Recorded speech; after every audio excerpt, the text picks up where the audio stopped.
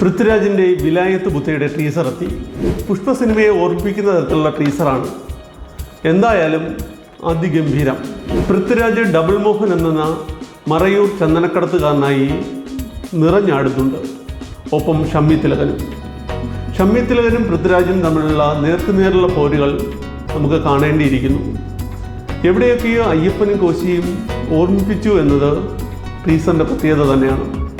അതുപോലെ ഒരു നല്ല സിനിമ ആയിരിക്കും വിലായത്ത് ബുദ്ധയും എന്ന് പ്രതീക്ഷിക്കാം. GR ഇന്ദുഗോപൻ്റെ വിലായത്ത് ബുദ്ധ എന്ന നോവലിനെ ആസ്പദമാക്കിയാണ് ഈ സിനിമ ചെയ്തിരിക്കുന്നത്. അദ്ദേഹവും ഇതിൻ്റെ തിരക്കഥയിൽ പങ്കാളിയുമാണ്.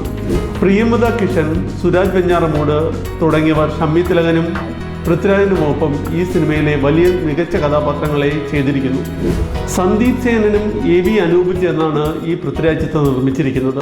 ഒപ്പത്തിനൊപ്പം കട്ടയ്ക്ക് നിൽക്കുന്ന ഷമ്മി തിലകനും പൃഥ്വിരാജും തമ്മിലുള്ള ഒരുപാട് കോമ്പിനേഷൻ സീനുകൾ നമുക്ക് ടീസറിൽ കാണാൻ പറ്റും.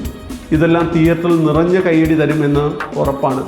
എന്തായാലും നമുക്ക് ഈ സിനിമയുടെ റിലീസിനായി കാത്തിരിക്കാം.